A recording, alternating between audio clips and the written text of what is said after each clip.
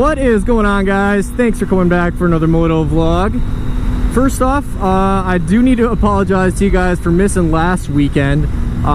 It was my intention to put up a quad vlog, and I was gonna film that vlog over Easter, and things just got a little too hectic, spending time with family and everything like that, so I didn't really get around to making a quad vlog. So I apologize for there not being a vlog last weekend. So if you guys can't tell, it is a beautiful day in South Dakota. It is 63 degrees out right now, and it's only kind of like the mid-morning, so it's gonna be a beautiful day today. I definitely wanted to come out and film a video and ride my motorcycle for you guys. The sad part about that is this Friday, I'm filming this on a Tuesday, but anyways, this Friday it's supposed to snow 10 inches, which is absolutely ridiculous.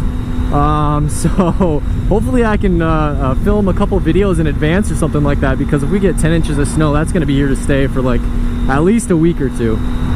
So I'm going to start today's video by doing what I've been doing the past month when I've been filming on the Daytona. I'm going to go get some air for the front tire, and then I am going to go check out what all that smoke is over there. I don't know if you guys can see it, but there's like a lot of black smoke, so I don't know if there's like some sort of, oh yeah, I don't know, maybe they're just burning some tires or something. You guys probably know by now this is my favorite gas station because they have free air. That's becoming a, all right, just pull right in front of me, it's cool, whatever. They have free air, and they have like premium only gas pumps, which is pretty sweet.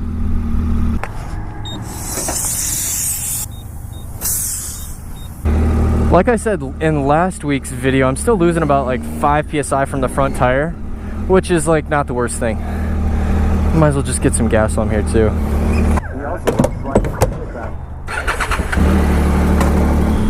It sure looks like they put that fire out over there, so I guess we don't have anything to go and check out, but I bet everyone's okay. It didn't look too bad. Jeez, Mustang Central around here. One that way, one in front of me. Gotta be careful. Alright guys, so now that we have air in the front tire and we got gas, I'm gonna go ahead and head out to the hills and see if we can't find some twisties with roads that are semi-decent, so we can have some fun since it's such a beautiful day out. Don't want to miss out on it. But today I want to talk to you guys about my Triumph Daytona after owning it about 1.5 years. I know I already did a review on it when I first got the bike. I put a few hundred miles on it and did a review. And nothing's really changed since then, but I definitely have developed a little bit better opinions, and I've definitely put a lot more miles. I've probably put about 7,000 miles on the bike now since I owned it and since I filmed that review.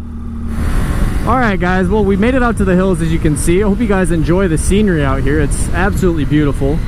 The landscape and the riding out here is just, you can't beat it.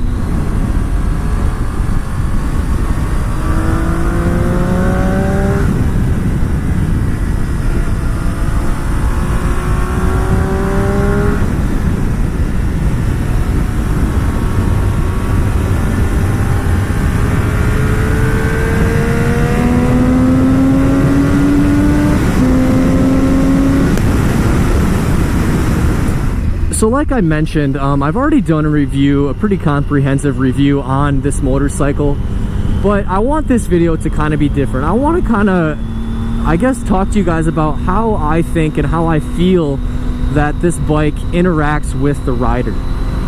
I'm sure pretty much everyone watching this video rides motorcycles, or at least has an interest in motorcycles, and a lot of you probably know that every motorcycle has its own feel, as does every car. You know, I've ridden probably I would say around 10 different motorcycles, and every one of those single motorcycles has a different feel. And I can quite honestly say that this Triumph Daytona has the best user/rider experience that I've ever had. Granted, I haven't ridden, you know, every motorcycle out on the market, but for the motorcycles I have ridden, I've ridden, you know, cruisers, I've ridden a couple other sport bikes, I've ridden Suzukis, I've ridden Kawasaki's. This Triumph Daytona has the best rider experience I've ever had. Of course, personal preference does play a role. You know, somebody might like how this motorcycle feels versus that one.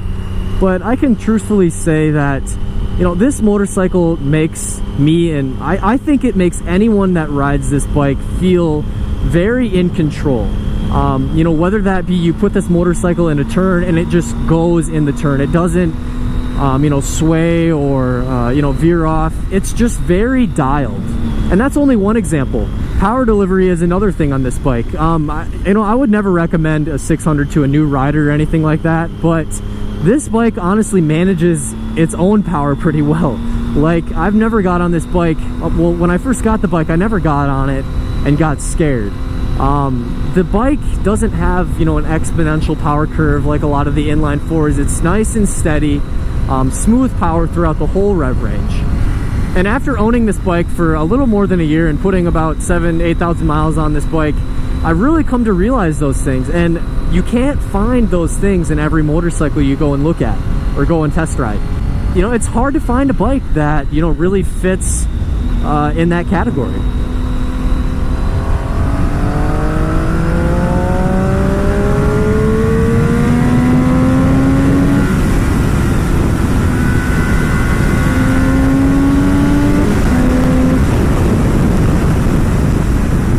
Not to mention that the clutch is super smooth and the gearbox super smooth.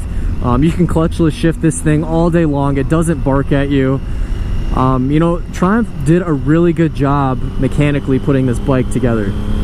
Another thing I love about this bike is the riding position. I'm a small guy. I'm about 5'7" on a good day, 135 pounds with gear. What I really like about the Triumph Daytona is that the seat is actually, it gets narrower as it gets towards the tank. And I've ridden, you know, some Kawasaki's. Kawasaki does a pretty good job with that.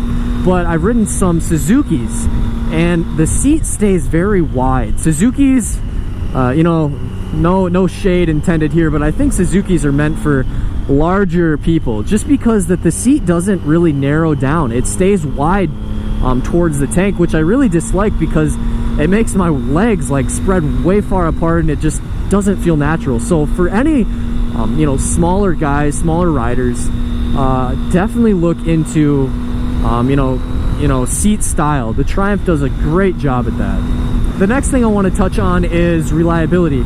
And I bought this bike with just under 10,000 miles. It's a 2007.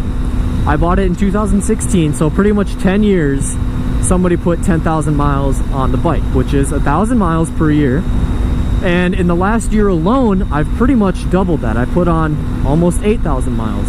So pretty much I've ridden this bike as many miles as it's had in 10 years in 1 year. And in that amount of time, you know, something 10 years old, you know, if something's gonna break, it probably would have broke.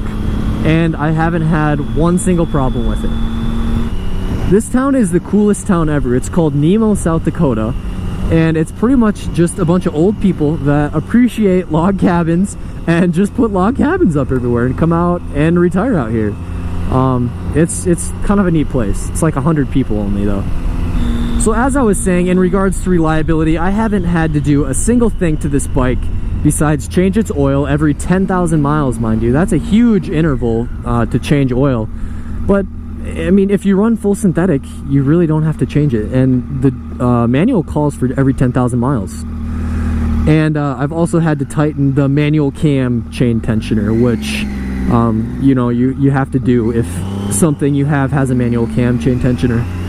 Another thing I've realized after owning this bike a year and, you know, riding, you know, several other bikes in between is how truly lightweight this bike is. This bike weighs 400 pounds on the dot with a full tank of gas and full oil. That is incredibly light for a sport bike. That's pretty much on par with the Ninja 300, and I know the Ninja 400 dropped to about 20 pounds, so I can't really say it's on par with the Ninja 400 anymore, but the Ninja 300 weighed about just like 385, which is basically the same weight. It weighed 15 pounds less than, you know, a full-size 670cc motorcycle. And I guess my point is that if you start on a beginner bike like a Ninja 300 or 400 or CBR 500, whatever, and you transition to the Triumph Daytona 675, you're not gonna feel like you just went up, you know, a huge step in bike, like weight-wise. It's gonna feel very comparable, which I really appreciate. Being, you know, a small guy, I don't really like throwing around a huge bike, and the low weight And, you know, low center of gravity for, you know, of a sport bike makes this bike just flick around and, you know, ease through corners so nicely. So if you guys can't tell, I'm a huge fan of this motorcycle and Triumph in general. And I honestly can say I would not change anything about this motorcycle. I love this bike.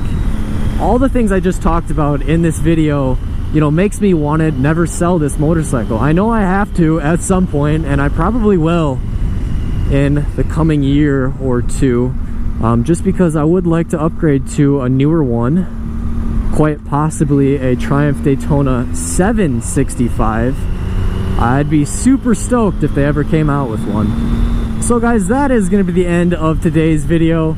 Looks like we're going to be stuck behind some Harley riders, so I guess I can't have too much more fun. No, just kidding. No hate on the Harley riders today. They're all nice guys.